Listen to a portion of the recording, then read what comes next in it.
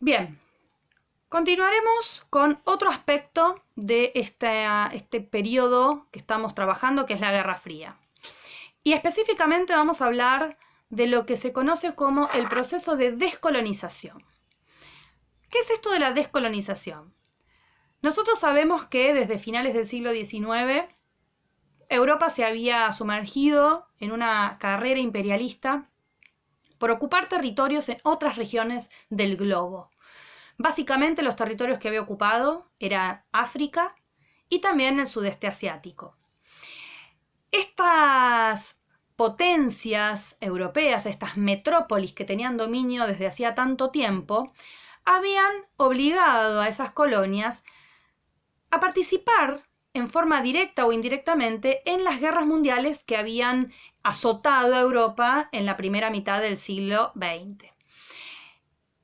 Sin embargo, a lo largo de estos años, este vínculo colonial entre las metrópolis y sus colonias, por distintas razones, empieza a modificarse. En primer lugar, estas colonias en algunos casos ya venían madurando la idea de una emancipación, es decir, de una independencia respecto de sus metrópolis. Pero todavía, en la primera mitad del siglo XX, no habían logrado encontrar el camino o la forma para lograr esos objetivos. Sin embargo, la Segunda Guerra Mundial les ofrece esa posibilidad. ¿Por qué? Sabemos que las metrópolis europeas van a obligar a participar en la guerra, ya sea enviando soldados que van a engrosar las tropas aliadas, como también participando económicamente, suministrando distintos recursos económicos para que las metrópolis pudieran seguir en la contienda. Sin embargo, esto, que durante la guerra fue aprovechado, les va a jugar en contra una vez que la guerra termine.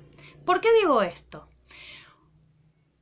En primer lugar, las colonias, al haber participado en la guerra junto con sus metrópolis, empiezan a descubrir cuáles son sus fortalezas, pero también cuáles son sus debilidades.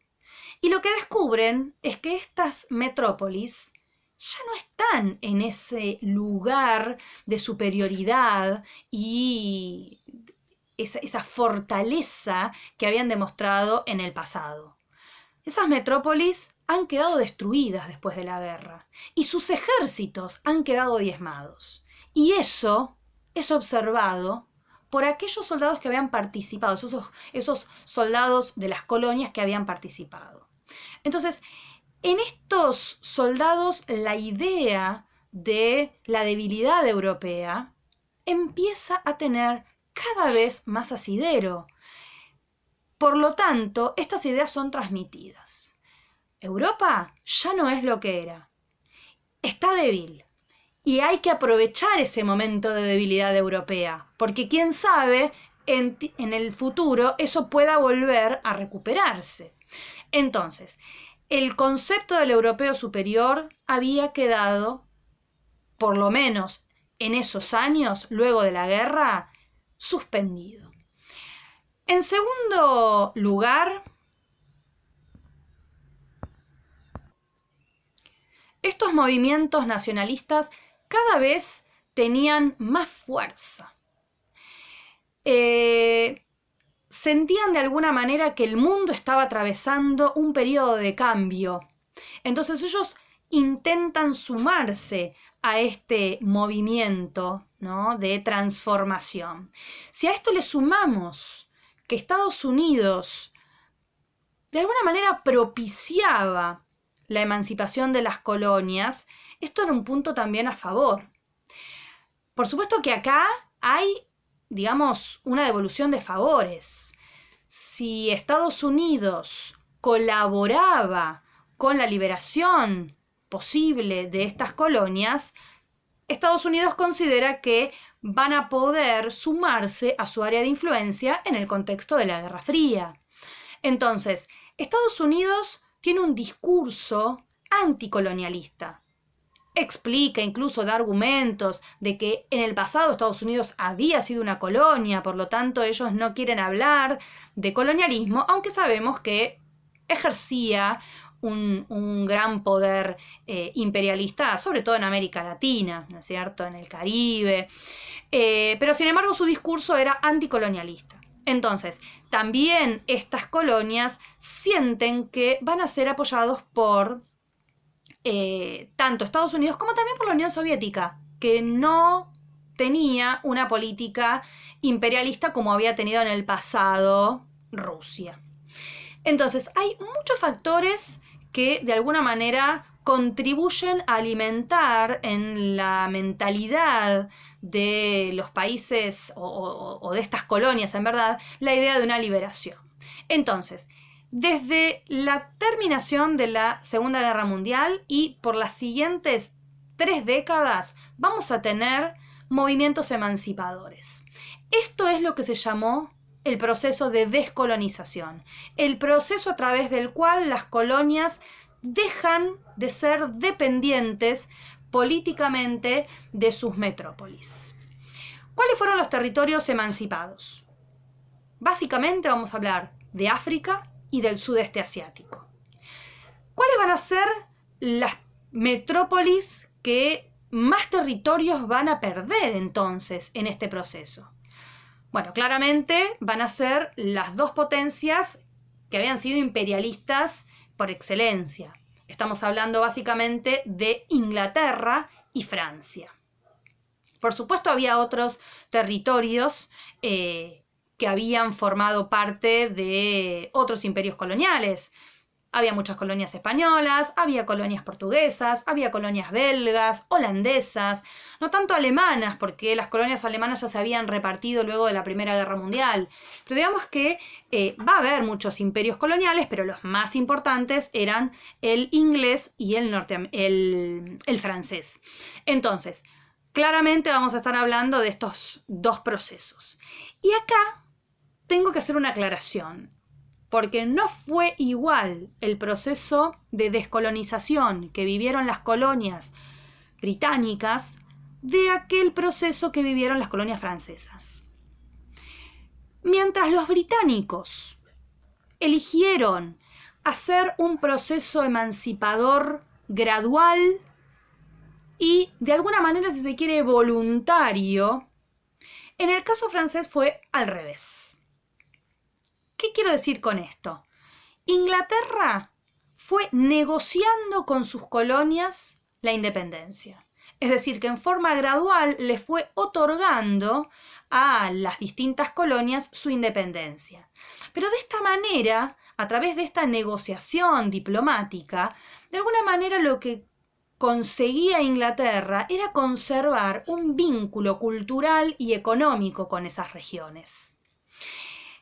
En cambio, la política de liberación del Imperio francés fue totalmente diferente, porque Francia se va a negar a entregar la soberanía a esos territorios.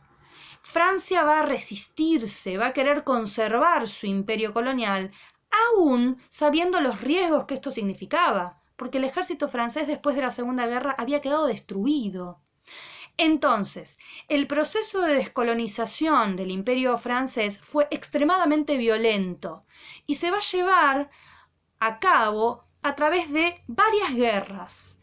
Las más importantes van a ser una en la región de Indochina, donde gran parte de lo que quedaba del ejército francés va a quedar absolutamente diezmado, y luego la guerra de independencia que se llevó a cabo en Argelia, en el norte de África. Entonces, con esto lo que quiero marcar es la diferencia entre la estrategia de emancipación que planteó Inglaterra con la, en realidad, no estrategia de Francia. Lo que consiguió cada metrópoli fue conservar, en el primer caso, vínculos económicos y culturales, y el rechazo y la resistencia por parte del Imperio francés. Bien, Por último, a lo largo de entonces las siguientes décadas, el momento de mayor emancipación se va a dar entre las décadas del 50 y el 60, pero vamos a tener también algunas que se van a independizar en la década del 70, en la década del 80. Va a ser un largo proceso. Pero lo importante que me interesa remarcar en último lugar es que, a diferencia de lo que había planteado Estados Unidos, como dije hace un ratito, estos territorios emancipados no van a querer involucrarse dentro de lo que era la bipolaridad en la Guerra Fría. Estos territorios nuevos, estos estados jóvenes, no van a querer involucrarse, por lo pronto, ideológicamente, con ninguna de las dos superpotencias, que por supuesto están tratando de seducirlos para que formen parte, para que ingresen dentro de sus áreas de influencia. En 1955, con las colonias que ya se habían independizado y aquellas que estaban en vías de independencia, se van a reunir en una ciudad de Indonesia. Se van a reunir en una conferencia conocida como la Conferencia de Bandung. Se van a reunir justamente para trazar los lineamientos a seguir. Todas estas colonias africanas, asiáticas, se reúnen no porque compartan de golpe la misma cultura, pero sí compartían un mismo pasado colonial. Y en ese sentido se sienten hermanadas. Sienten que el deseo común de todas ellas es justamente no estar más bajo la influencia de un tercer país. Entonces, lo que plantean es formar lo que a partir de ahora se va a llamar un tercer mundo. Si consideramos que en el mundo bipolar de la Guerra Fría, el primer mundo era Estados Unidos, el segundo mundo era la Unión Soviética, ellos plantean la creación de un tercer mundo, de una alternativa a este mundo bipolar. Va a comenzar un movimiento conocido, el movimiento de los países no alineados, porque no se alinearon ni con Estados Unidos ni con la Unión Soviética. Este tercer mundo va a surgir entonces ahí, en ese momento. Hoy, cuando uno habla del tercer mundo, uno no piensa en esta situación, ¿no es cierto?, en este escenario. Uno piensa en el tercer mundo y piensa en la pobreza. Y ustedes dirán, ¿qué tiene que ver? Bueno, a ver, hay una relación. Lo que me interesa que ustedes entiendan es que el término se acuña como una alternativa al mundo bipolar. Pero ¿por qué con el tiempo el tercer mundo es sinónimo de pobreza? Porque estos países jóvenes que habían nacido a la independencia en este contexto donde el mundo estaba reacomodándose, la realidad es que no se ven fortalecidos. Para muchos, el haber sido dejados, librados a su suerte por parte de las metrópolis, fue un problema. En muchos de estos países, de golpe, lo que no existía era una estructura económica como para iniciar un nuevo camino con determinadas herramientas. De golpe esta metrópoli que las había explotado y sojuzgado, de alguna manera también las hacía funcionar. Entonces, al de golpe empezar un camino en soledad, les había costado mucho. En muchas oportunidades estos países no encontraron la manera de insertarse en la economía internacional. Reconocían que necesitaban de esa metrópoli que les había guiado. Entonces, por supuesto que va a haber aquellos que de alguna manera cuestionen este camino iniciado de la independencia. Y por supuesto esto también va a generar grandes inconvenientes internos. Muchas veces dentro de estos nuevos países se van a generar terribles guerras civiles. ¿Por qué? Porque los nuevos actores políticos, económicos y sociales a veces no están de acuerdo. Entonces, tras la falta de una estructura económica, va a haber o va a aparecer una fuerte contienda interna, una guerra civil que en algunos casos permanece, continúa, ¿no? Entonces, esta situación en muchos casos va a permitirnos pensar que el tercer mundo es símbolo de pobreza, cuando en realidad la pobreza es una consecuencia de esta situación que les tocó vivir a, no puedo decir la generalidad, pero sí a muchas de estas antiguas colonias.